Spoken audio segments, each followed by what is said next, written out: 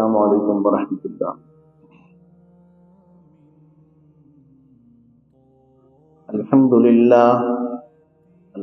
للہ نحمده ونستعینه ونستغفره ونؤمن به ونتوکل علیہ ونعوذ باللہ من شرور انفسنا ومن سیئات اعمالنا من یهده اللہ فلا مضل له ومن يضلله فلا هادي له ونشهد أن لا إله إلا الله وحده لا شريك له ونشهد أن سيدنا وسندنا وشفيعنا ومولانا محمدا عبده ورسوله أما بعد فأعوذ بالله من الشيطان الرجيم بسم الله الرحمن الرحيم وقال الله تعالى في مقام آخر سبحان الذي أسرى بعبده ليلا من المسجد الحرام إلى المسجد الأقصى الذي باركنا حوله لنريه من آياتنا إنه هو السميع البصير صدق الله العظيم رب اشرح لي صدري ويسر لي أمري واحلل عقدة من لساني يفقهوا قولي اللهم ألهمني رشدي وأعذني من شر نفسي اللهم صل على سيدنا محمد وعلى آل سيدنا محمد وبارك وسلم۔ قابل احترام بزرگوں اور میرے دوستوں، شب معراج کی ایک شب جس میں آپ صلی اللہ علیہ وسلم کو معجزہ عطا فرمایا گیا۔ آپ صلی اللہ علیہ وسلم کے مفسرین نے بے شمار معجزات لکھے ہیں جن کی تعداد کم و بیش 282 ہے۔ ان میں 4 بڑے معجزے ہیں۔ ایک معجزہ قرآن حکیم جو ہم سب کے سامنے ہے، دوسرا معجزہ صحابہ اکرام رضوان اللہ علیہم اجمعین، تیسرا معراج کا واقعہ،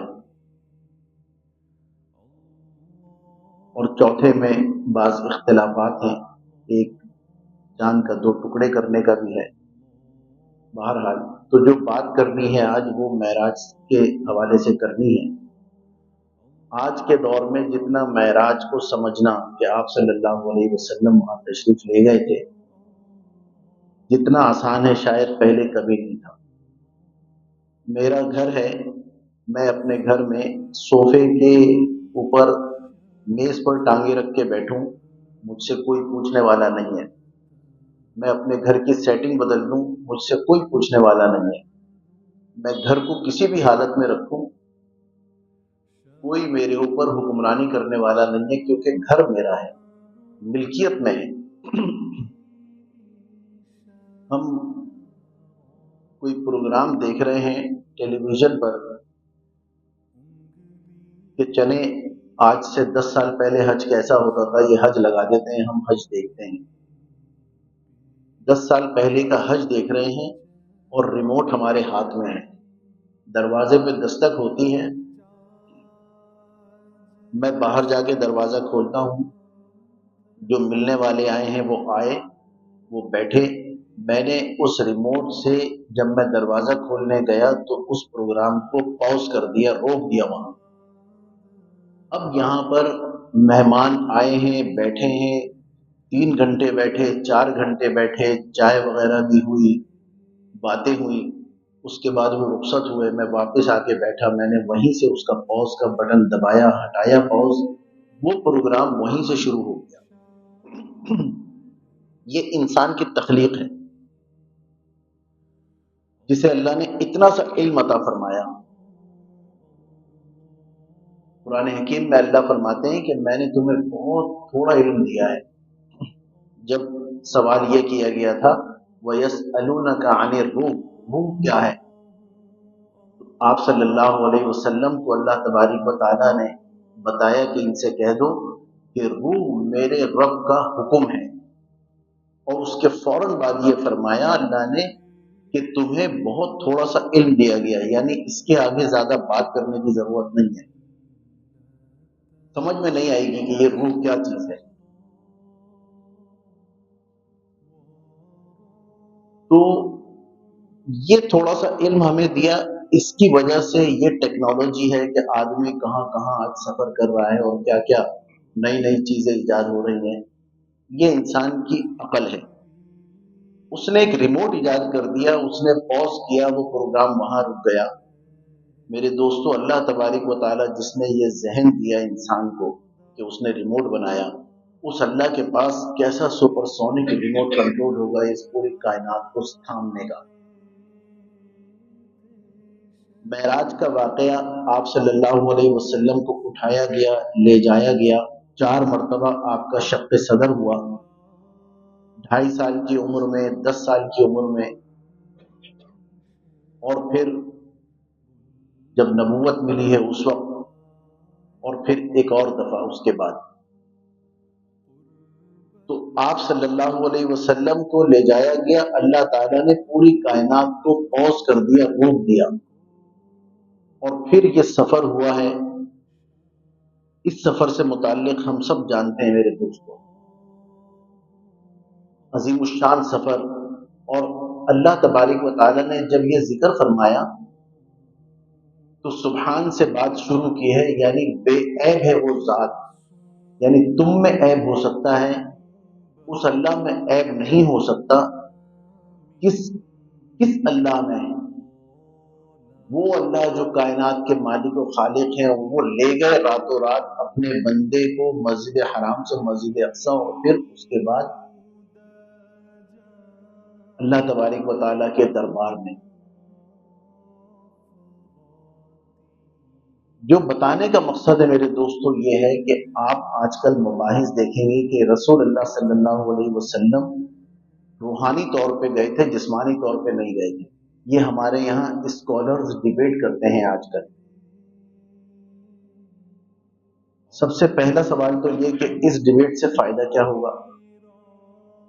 اگر چلو عقل میں آ گئی یہ بات، کسی طریقے سے کسی نے قائل کر بھی دیا کہ روحانی طور پہ گئے تھے، اور عبد کا لفظ استعمال کیا اللہ تبارک و تعالیٰ نے، عبد مجموعہ ہے جسم کا اور روح کا، یعنی جسمانی طور پہ، روحانی طور پہ اللہ تبارک و تعالیٰ نے یہ سفر کروایا۔ ہمارے ساتھ ایک بڑا مسئلہ یہ ہے کہ ہم ہر چیز کو اپنی عقل پر پرکھتے ہیں۔ میں بارہا عرض کرتا ہوں کہ عقل کو اگر، عقل کی بنیاد پہ اگر ہم پرکھنا شروع کر دیں تو میرے دوستوں کوئی بات ہمیں سمجھ میں آئے گی نہیں۔ ہمیں یہ بات سمجھ میں نہیں آئے گی کہ کیسے یوسف علیہ السلام کے کرتے سے یعقوب علیہ السلام کی بینائی واپس آئی، کیسے موسیٰ علیہ السلام کے عصا سے سمندر رک گیا اور راستہ بن گیا، سمندر نے راستہ دے دیا۔ یہ بات سمجھ میں نہیں آئے گی کہ ایک جلیل القدر نبی کو اللہ تبارک و تعالیٰ یہ حکم دے رہے ہیں کہ اپنے بیٹے کو جو ابھی دوڑنے کے اور چلنے کام کرنے کے قابل ہوا ہے، چلنے پھرنے کے قابل ہوا ہے، اس کو ذبح کر دو۔ عقل کے بلبوتے پہ کوئی چیز ہمیں سمجھ میں نہیں آئے گی۔ اب کوئی اگر بیٹھ جائے یہ کہنے کے لیے کہ جی سحری کا وقت آدھی رات کو کیوں ہوتا ہے، ہونا چاہیے صبح 7 بجے جب ناشتہ کرتے ہیں لوگ، اور کھانے کا وقت رات کو ہے تو رات کو افطار ہونی چاہیے، یہ مغرب کا وقت کیوں ہے؟ اور پھر اس میں بھی نماز کو ساتھ میں ملا دیا کہ اب افطار کرو اور اب نماز پڑھو، یعنی وہ جو افطار کی ایک کیفیت ہوتی ہے کھانے پینے کی، وہ رک جاتی ہے نماز کی وجہ سے، اور اس کے بعد وہ جو سارے پروگرام آدمی کے ہوتے ہیں کہ میں یہ کھاؤں گا وہ کھاؤں گا، وہ سب ختم۔ تو عقل میں یہ بات نہیں آتی، لیکن ہمیں عقل سے سوچنا نہیں ہے، ہمیں تو وہ کرنا ہے جو اللہ تبارک و تعالیٰ نے ہمیں بتا دیا۔ اکثر لوگ قربانی کے موقع پہ بھی یہ باتیں کرتے ہوئے نظر آتے ہیں اور دانشور ہیں کہ 3 دن میں اتنے لاکھوں جانور کٹ جاتے ہیں، کیا ضرورت ہے؟ حکومت کو کوئی ایسا نظام بنانا چاہیے کہ پورے سال اس قربانی کے گوشت کا پیسہ لے لے اور پورے سال گوشت بانٹتے رہے۔ اس سے ہوگا یہ کہ جو قلت ہوتی ہے، یعنی جو مہنگائی ہوتی ہے، وہ مہنگائی بھی کنٹرول میں رہے گی۔ لیکن عقل کو لے کے نہیں آنا ہے بیچ میں۔ آپ صلی اللہ علیہ وسلم گئے تھے معراج پہ، گئے تھے بس۔ اور یہ تو ان لوگوں نے بھی سوال کیا تھا، مشرکین نے حضرت ابوبکر رضی اللہ تعالیٰ عنہ سے آ کے کہا کہ کیا کوئی بندہ ایک رات میں یہاں سے وہاں تک کا سفر کر سکتا ہے؟ انہوں نے کہا سفر کس نے کیا ہے؟ کہ نبی صلی اللہ علیہ وسلم، وہ تمہارے نبی کہہ رہے ہیں، محمد صلی اللہ علیہ وسلم۔ تو حضرت ابوبکر رضی اللہ تعالیٰ عنہ نے فوراً تصدیق کی کہ اگر وہ کہہ رہے ہیں تو اس کا مطلب سفر کیا ہے، تو ان کا لقب صدیق پڑ گیا۔ فوراً گواہی دی اس بات کی کہ وہ سچ کہہ رہے ہیں۔ تو میرے دوستو، یہ ماننے میں کیا حرج ہے؟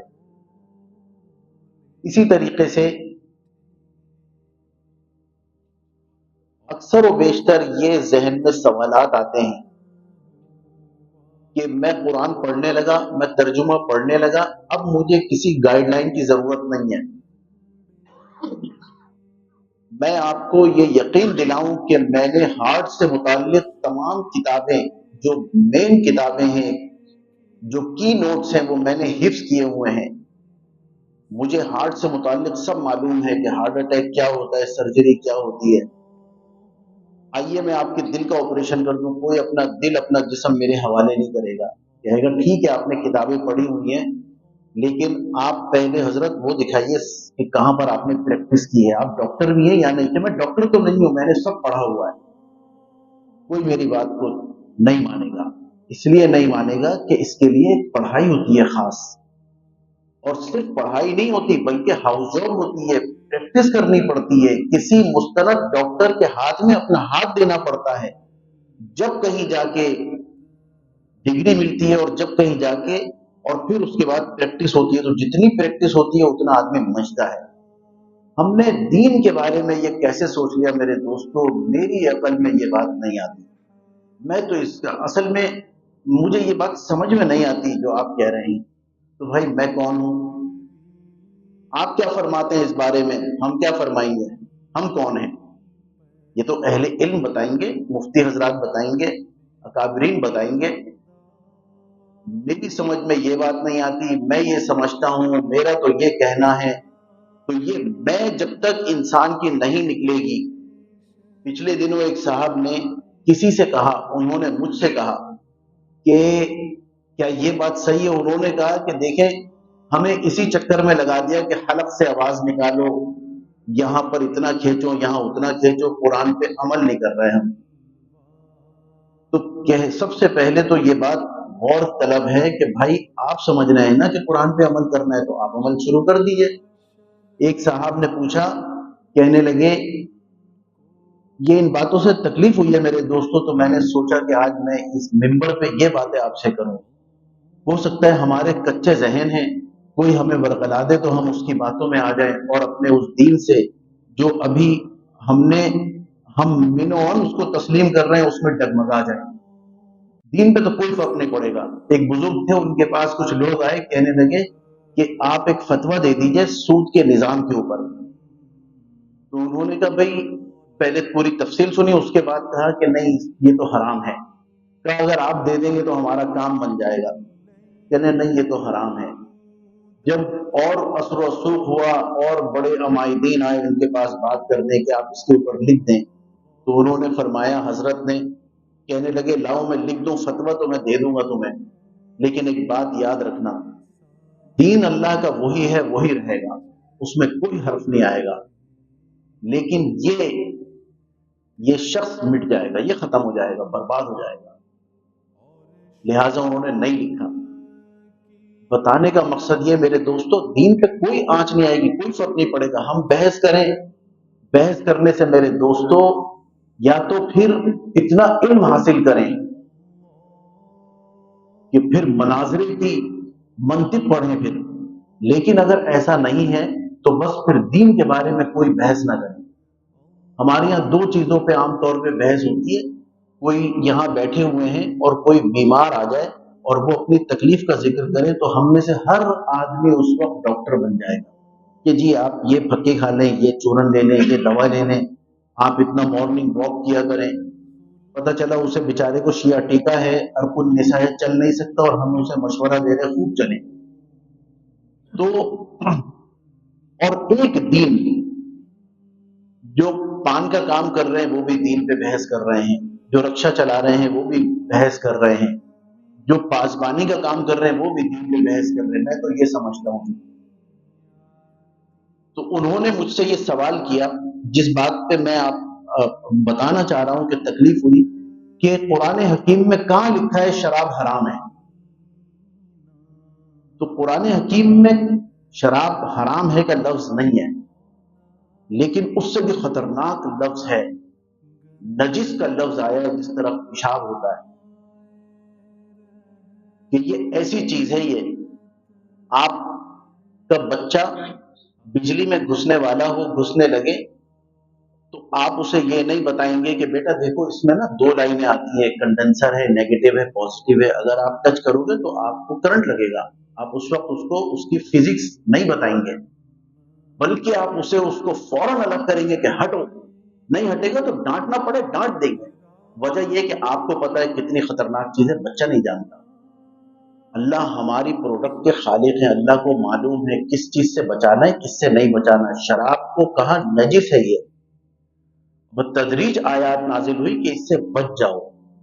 تو انہوں نے یہ کہا کہ کہاں لکھا ہے حرام ہے؟ میں نے کہا دیکھیے قرآن حکیم میں اس بحث کو تو چھوڑ دیتے ہیں کہ کہاں لکھا ہے، مختصر بات یہ ہے کہ جو چیزیں لکھی ہیں کیا وہ آپ کر رہے ہیں؟ جو چیزیں لکھی ہیں، کیا آپ نے فجر پڑھی آج؟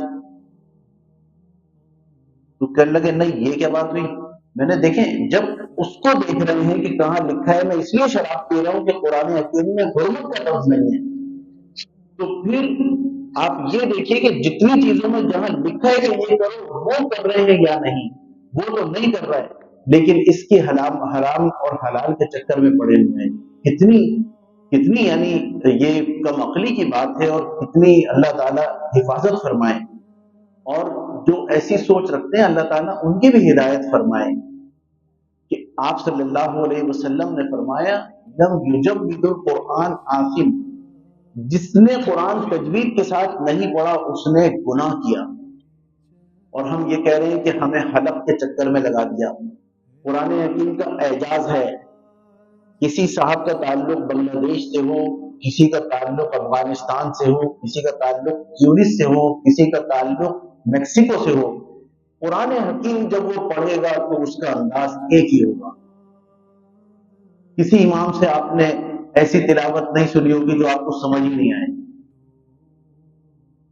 تلاوت سب کی ایک ہوگی، زبان کچھ بھی ہو، لیکن جب وہ نماز پڑھے گا یا پڑھائے گا تو اس کی تلاوت وہی ہوگی۔ تو تجوید کے ساتھ ورتل القرآن ترتیلا، اگر اس بات میں ہم دیکھیں کہ قرآن کے چکر میں ہمیں لگا دیا تو میرے دوستو نہیں کوئی عام طور پہ آپ داڑھی کی بات کریں کہ سنت سجاؤ چہرے پہ، تو لوگوں کا ایک جواب ہوتا ہے کہ جی اسلام میں اتنا داڑھی کرنا ہے، پائچہ اوپر کریں، داڑھی رکھیں۔ تو میرے دوستو ایک آیت اگر ہم دیکھ لیں، وما آتاکم الرسول فخذوہ، وما آتاکم الرسول، جو دیں تم کو رسول اس کو لے لو بس، اور جس چیز سے منع کریں اس سے باز آ جاؤ۔ تو آپ صلی اللہ علیہ وسلم نے جو خد و خال اپنایا، جو اور وما ینطق عن الہویٰ، یہ اپنی مرضی سے کچھ نہیں کہتے، ان ہوا الا وحی یوحیٰ، ہم ہیں جو ان کو وحی کرتے ہیں، یہ وہی کام کرتے ہیں جو وحی ہوتی ہے۔ تو جب نبی کریم صلی اللہ علیہ وسلم سارے کام اللہ کے حکم سے کرتے ہوں تو چہرے پہ آپ نے سنت یعنی داڑھی کا رکھنا، یہ ظاہر ہے کہ یہ اللہ کی طرف سے ہی احکامات ہوں گے۔ یقیناً 1,24,000 انبیاء کے چہروں پہ اللہ تبارک و تعالیٰ نے داڑھی کو پسند فرمایا۔ تو اب عام طور پہ یہ بحث ہوتی ہے، تو دیکھیے اگر کوئی یہ کہ پہلے اعمال تو ٹھیک کر لیں اس کے بعد داڑھی رکھیں گے، تو میرے دوستو آپ اگر یہ سمجھتے ہیں کہ اعمال ٹھیک ہوں تو داڑھی رکھیں، یا جتنے داڑھی والے ہیں اتنی بڑی داڑیاں ہیں، عام طور پہ لوگوں کے یہ ہوتا ہے کہ اتنی بڑی داڑھی ہے لیکن ان کے کرتوت ایسے ہیں۔ تو آپ اگر یہ سمجھتے ہیں کہ داڑھی رکھنا، داڑھی والوں کے کرتوت ایسے ہیں اور آپ کے کرتوت ماشاءاللہ اچھے ہیں، تو آپ داڑھی رکھ کے مثال قائم کر لیں کہ دیکھو بھئی ایسے بھی ہوتے ہیں۔ بلا وجہ میں کسی کے اوپر انگلی اٹھانا، اور قرآن حکیم میں یہ ہے کہ غیبت نہ کرو، تو ہم کس طرح سے علماء اکرام کے اوپر بھی غیبت کرتے ہیں میرے دوستو، کہ فلاں یہ میں بارہا عرض کرتا ہوں، جتنے مکتبہ فکر کے علماء ہیں، جتنے مسالک کے علماء ہیں، ہم ان کی پیروں کی دھول کے برابر بھی نہیں ہیں، وہ ہمارے سروں کا تاج ہے۔ قال اللہ قال رسول اللہ صلی اللہ علیہ وسلم کہہ رہے ہیں وہ صبح سے شام تک، اللہ تبارک و تعالیٰ کہہ رہے ہیں غیبت نہ کرو اور ہم غیبت کر رہے ہیں، تو یہ تو قرآن پہ عمل نہیں ہوا میرے دوستوں۔ پھر منوان کوشش یہ کرنی چاہیے، ہمارے ایک بزرگ تھے، ان سے کسی نے کہا کہ حضرت کیسے رہیں بغیر گناہ کے، کیسے رہیں تقوی سے، آپ اتنا فرماتے ہیں تقوی تقوی تقوی، گناہ سے بچو گناہ سے بچو، کیسے رہیں؟ انہوں نے فرمایا کہ گناہ سے بچنا، تقوی سے رہنا بہت آسان کام ہے۔ کہنے لگے حضرت کیسے؟ کہنے لگے وضو سے رہنا آسان کام ہے یا نہیں؟ جب وضو ختم ہو جاتی ہے وضو کرتے ہو؟ کہاں؟ کہنے لگے بس جب تقوی ٹوٹ جائے تقوی کی تو توبہ کر لو، اللہ تبارک و تعالیٰ کو ایسے توبہ کرنے والے خطاؤن پسند ہیں، جو خطا کریں اور پھر توبہ کریں، تائب ہو جائیں، اللہ کی طرف رجوع کر لیں۔ تو میرے دوستوں، ایک تو یہ کہ اختلاف نہیں رکھنا ہے کسی سے، جو جس طرح کہہ رہے بحث نہیں کرنی۔ معراج کا سفر کیسے ہوا تھا کہ جی یہ تو علماء بتائیں گے، ہمیں کیا معلوم کیسے ہوا تھا، ہم تو بس معراج کے قائل ہیں کہ ہوا تھا۔ یہ کیوں ہے، یہ کیسے ہے، کوئی چوں چرا نہیں، خاموش۔ جب نہیں معلوم بحث کرنے سے کبھی کبھی ایمان خطرے میں پڑ جاتا ہے، تو اس ایمان کی حفاظت کرنا، اسے سنبھال کر اپنے ساتھ اس دنیا سے لے جانا، یہ ہے سب سے بڑی کامیابی۔ ایک دعا کرنا، امام جوزی رحمۃ اللہ علیہ نے فرمایا کہ میں اپنے علم کا نچوڑ اس دعا میں رکھتا ہوں، اور پھر انہوں نے وہ دعا بتائی، ما طابت الدنیا الا بذکری، اے اللہ میں آپ کا ذکر کرتا رہوں، آپ اس دنیا میں قیام کوئی اہمیت نہیں رکھتا اگر آپ کا ذکر نہ ہو، وللآخرۃ الا بعفوک، اور اگر آخرت میں آپ کی معافی نہ ہو تو اے اللہ آخرت بیکار چیز ہے، اے اللہ مجھے اس سے بچا لیجیے، آپ معاف کر دیجیے، وللجنۃ الا برؤیتک، اور جنت میں یا اللہ آپ اپنا دیدار عطا فرما دیجیے، جنت میں جائیں گے تو دیدار ہوگا نا۔ اور یہ لکھا ہے مفسرین نے کہ دوزخ میں جانے والوں کو جہاں جہنم میں جلنے کا عذاب اور دکھ ہوگا، اس سے بڑا دکھ یہ ہوگا کہ وہ اللہ تعالیٰ کے دیدار سے محروم رہ گئے۔ جنت میں جانے والوں کو جہاں اللہ تعالیٰ اتنی خوبصورتی عطا فرمائیں گے، اتنی بہترین زندگی وہاں عطا فرمائیں گے، وہاں اس سے بڑی انہیں اس کی خوشی یہ ہوگی کہ وہاں اللہ تعالیٰ کا دیدار ہوگا۔ اللہ تعالیٰ ان لوگوں میں ہمیں شامل فرما دیں جن کا بیڑا اللہ تبارک و تعالیٰ نے پار ہونا نصیب میں لکھ دیا۔ وآخر دعوانا الحمدللہ رب العالمین۔